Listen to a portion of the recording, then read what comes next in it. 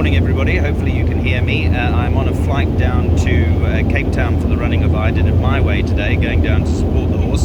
So let's start there. We're going to put together this video for Kenilworth where they do race. I know they had a lot of rain on Friday and Saturday, so expectations were that perhaps we wouldn't race, but sounds like we are going to. So we're going down to have a look at race one and our own horse, I Did It My Way run. Obviously hoping that he runs well.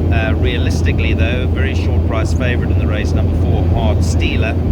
Looks hard to oppose, although we'll be giving it a go. We, in terms of I Did It My Way, third run for us, and he has been gelded.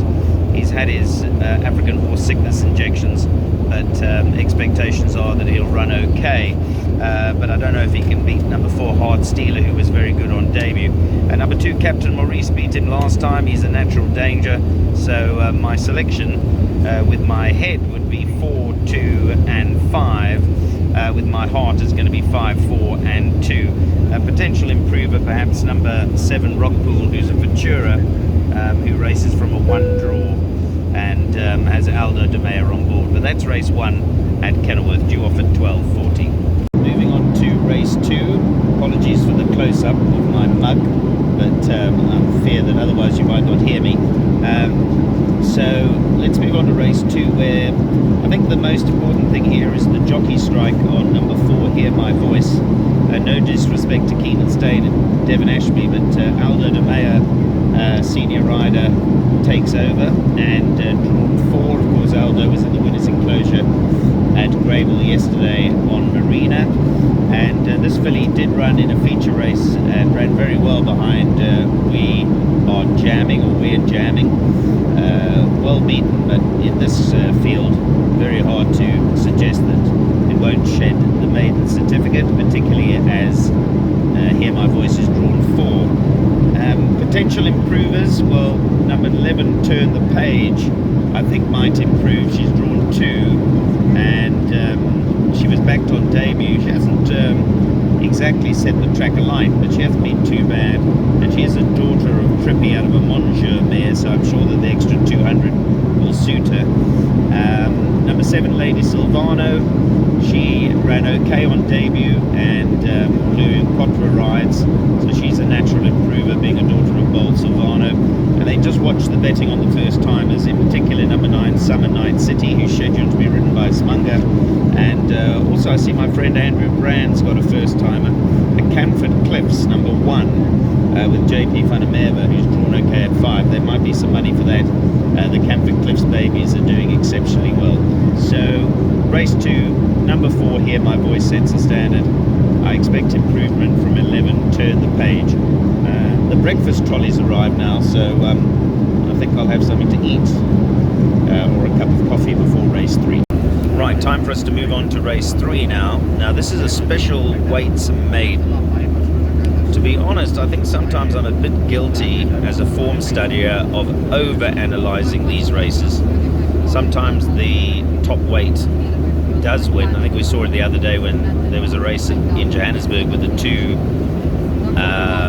Crawford horses. Smunga won the race, and I liked the horse that eventually ran second because he was weighted to perhaps win, and he came close to winning, but he didn't win. So maybe at times I'm guilty of over-analysing these, but having looked at the race as a handicap rather than as a maiden, I find the form very higgledy-piggledy. So Fluid Motion has Wayward Girl beat on 1 run, Wayward Girl has Twice the Master beat on 1 run, and then Twice the Master has Global Forest beaten on a run. Even number 6 Nothing Else Matters, another one of the Cotson runners, he's got quite a few in this race, he's got 4 runners, has an upset chance. Number 2 Last Storm would ordinarily be my improver, but he is a 2-year-old, well-bred 2-year-old, but he's a 2-year-old over 1950 in distance, so the weight for age scale is not in his favour. In fact, just having a look there, he's supposed to be receiving 10.5 kilograms, and he doesn't. In fact, he's got to give weight to the likes of 3 and 4. So the third race I find very trappy. Personally, in my exotics, I'm going to play a bit wider there. I might come down on the side of number 3, Twice the Master, or even the filly, the Rafif filly, number 4, Wayward Girl, but I don't like the race. All I can tell you is that it is a special weights maiden, and it's not as straightforward as perhaps it looks. I think I'll go field. Well, it's the third race, which is the first leg of the pick 6. If you are going to take a pick 6, I would go field, just to be on the safe side. Trappy little race. Let's move on to race 4, then I don't have to pause and edit this one. Race 4, there's 9 runners here.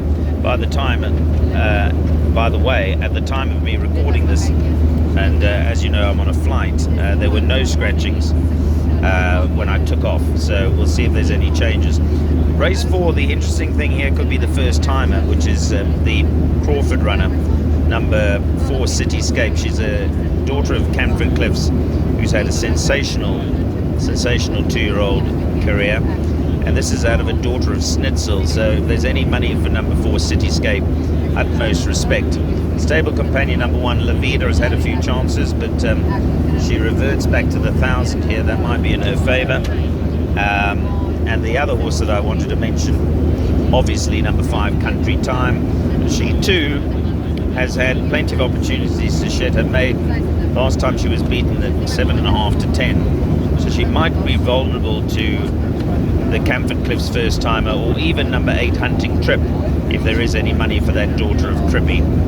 So 5 Country Time, 6 Gypsy Express races with Kamala from a 1 draw do set a standard, but I would respect any money for the first timer number 4 in race 4.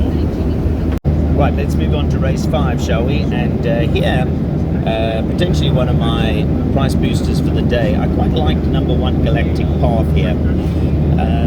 I know he's had a few chances. This is his 9th run today. Here Cornet Orpha rides. He's over a mile. He's drawn 7. So he's not exactly drawn well. But if you go back to the 1 form line for Galactic Path, he beat Masterful Guy quite comfortably on the 5th of June. And he's actually 1.5 kilograms better off. So I think a lot of punters, I haven't seen the betting, but I suspect that Masterful Guy might be favourite here. Now, if Masterful Guy is favourite, then you've got to say that the 1 Galactic Path has a big chance to beat him based on that 5th of June run.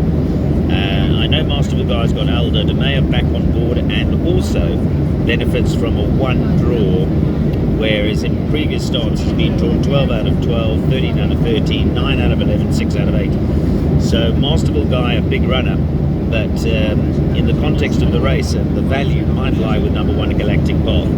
So those are the 2 that have got exposed form. Again though, there's some 2-year-olds with little or no exposure, and the one with no exposure is number 7 Triple Time, who's a twice over, nicely bred first timer. Richard Ferree rides, and clearly must be fancied because he didn't ride number 5 I'm a Man, who's very well related. The mother Shadow Dancing was one of those Claverflay brood mares, which was very well performed and is well related.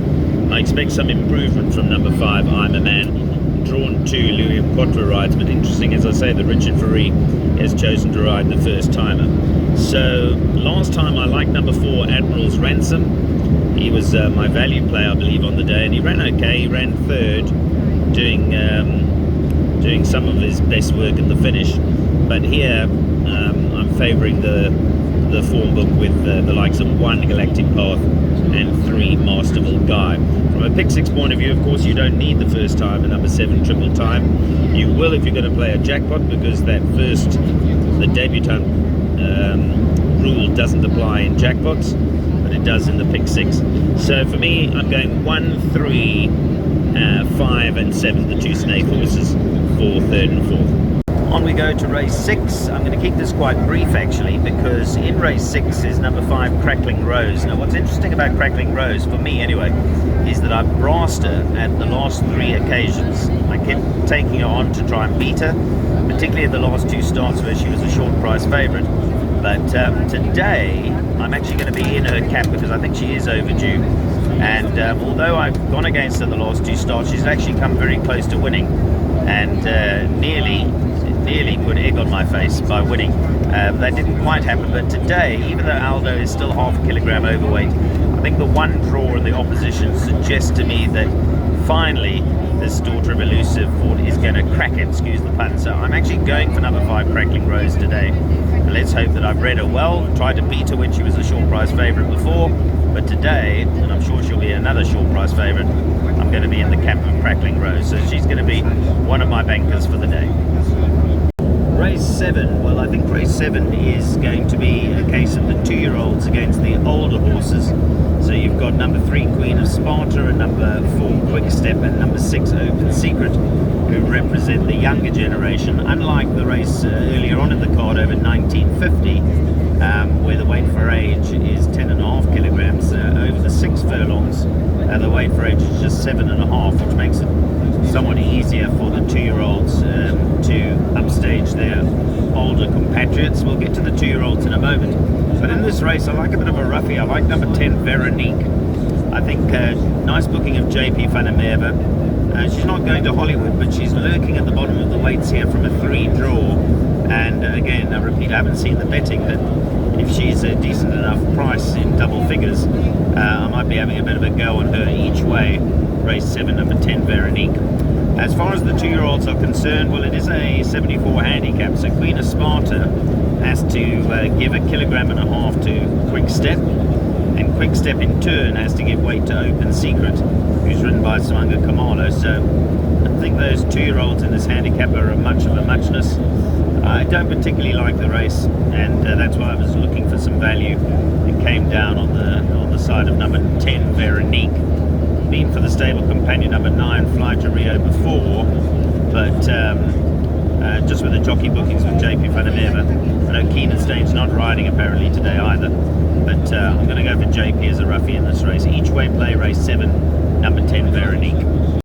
Race 8 is the last race on the programme. It's a classified stakes race, but interestingly enough, there are no fillies in the race. So normally in a classified stakes race, you look for some fillies who are well handicapped. That isn't the case here, which maybe makes the race even more complicated and deeper than at first glance. Clearly number 5, Dance Variety, is going to be a very popular first choice because he's a son of VAR. He's had the 2 starts and he improved to win at his second. I'm not necessarily in his camp. He's drawn 10 and he's just won his maiden and he is a 2-year-old. I think there might be some older hard-knocking handicappers here who might have a say. Now those who have followed me for a good couple of months will know that at one stage I really liked All Lit Up. I think it was either the day of the Met or the Queen's Plate, but I think that Gavin Lorena rode him, but whatever the story was, he hasn't delivered. He's continued to be extremely expensive to follow, and as a result I haven't been going for him for his last couple of starts. But he's got Samanga Kamalo on today and he's drawn 2, and again he's now dropped down to what is he rated now? He's rated at 80, sorry, he's rated at 73. He was an 89, so he's come down 16 merit rated points, and I think he's going to be competitive. So a little bit like that filly I mentioned earlier on, who I haven't been going for, Crackling Rose. I'm going to change that and go for her today, and today I'm going to change and probably go for number 8, All Lit Up, to be my roving banker in the race. But the race doesn't stop there. Number 1, Star Master, looks like he's got quite a tough task carrying 60, but he is a son of Trippy. He could surprise from a 4 draw with Louis on board. Even the old hard-knocking number 2, Moonrock, could upset. He has won 5 times over this track and trip, and he's a 7-time winner. Aussie Notes rides him, I think for the first time, if I remember. No, he's ridden him twice, but to no great effect. But Moonrock could surprise. 7, Power Grid, well, you talk about old timers. I mentioned Andrew Brand earlier on. He's also a 7-time winner. He's only won 3 times over this track and trip, but he's got a 1 draw Grand Bear on board. I skipped number 3, Benjamin. He's a 4-year-old with Alda de Meyer on board. Interesting that he goes sprinting. He's been racing over 7 furlongs, and the drop back to 6 furlongs. The last time that happened, he was running on, although some way beaten by Dragonfly, but not without a chance. And then towards the bottom of the handicap, well, clearly number 10, Supreme Leader. Interesting booking. Sandile Mbele rides for Andre Nel, drawn 8. But again, on a couple of form lines, not without a shout. So in summing up race 8, very open. I'm going to go as wide as possible. First choice is probably going to be number 8, All Lit Up. Going back to that well, again, because he has dropped down, he's drawn well, and he's got Smunger on board today. Maybe that's the difference. But I thought race 8 was quite competitive. I'm going to try and beat the favourite in race 8. Well, that sums up from a very high altitude my take on today's Kenilworth racing. Apologies for this preview being a little bit late. Hopefully we'll post it as soon as we land, but it will be edited and ready to go. From Neil and the team, have a good day's racing, and if you are in neutral, do your best to shout "I did it my way" into a nice run in race 1.